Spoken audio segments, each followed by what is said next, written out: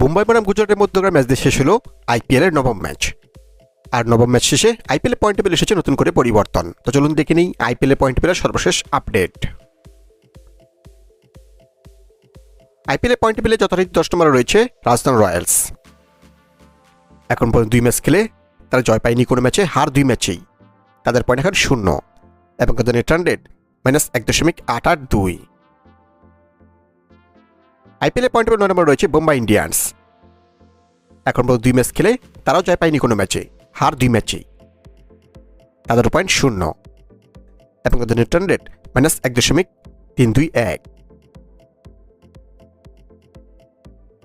আইপিএলের point table 8 নম্বরে নেমে গেছে চেন্নাই সুপার কিংস। এখন পর্যন্ত 2 ম্যাচ খেলে তারা জয় পেয়েছে 1 ম্যাচে, হার 1 ম্যাচে। তাদের পর এখন 2 এবং তাদের নেট রান রেট -1.013।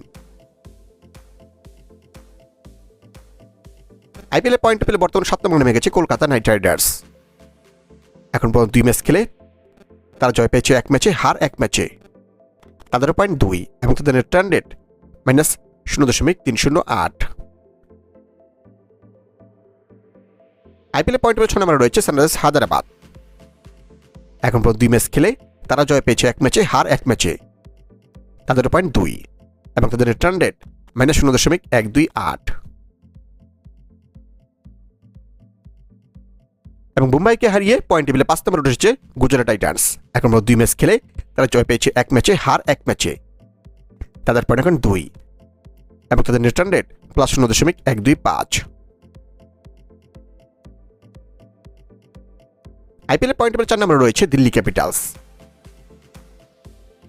এখন পর্যন্ত 1 ম্যাচ খেলে তারা জয় পেয়েছে 1 ম্যাচেই, হার নেই কোনো। তাদের পয়েন্ট এখন 2 এবং তাদের নেট রান রেট +0.371। আইপিএলের পয়েন্ট টেবিল 3 নম্বরে অবস্থান করছে পাঞ্জাব কিংস। এখন পর্যন্ত 1 ম্যাচ খেলে তারা জয় পেয়েছে 1 ম্যাচে, হার নেই কোনো। তাদের পয়েন্ট 2 এবং তাদের নেট রান রেট +0.550। আইপিএলের পয়েন্ট টেবিল 2 নম্বরে অবস্থান করছে লখনৌ সুপার জায়ান্টস। এখন পর্যন্ত 2 ম্যাচ খেলে তারা জয় পেয়েছে 1 ম্যাচে, হার 1 ম্যাচে। তাদের পয়েন্ট 2 এবং তাদের নেট রান রেট +0.963।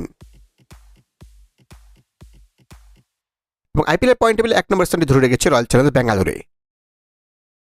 এখন পর্যন্ত 2 ম্যাচ খেলে তারা জয় পেয়েছে 2 ম্যাচে, হার নেই কোনো। তাদের পয়েন্ট এখন 4 এবং তাদের নেট রান রেট +2.200।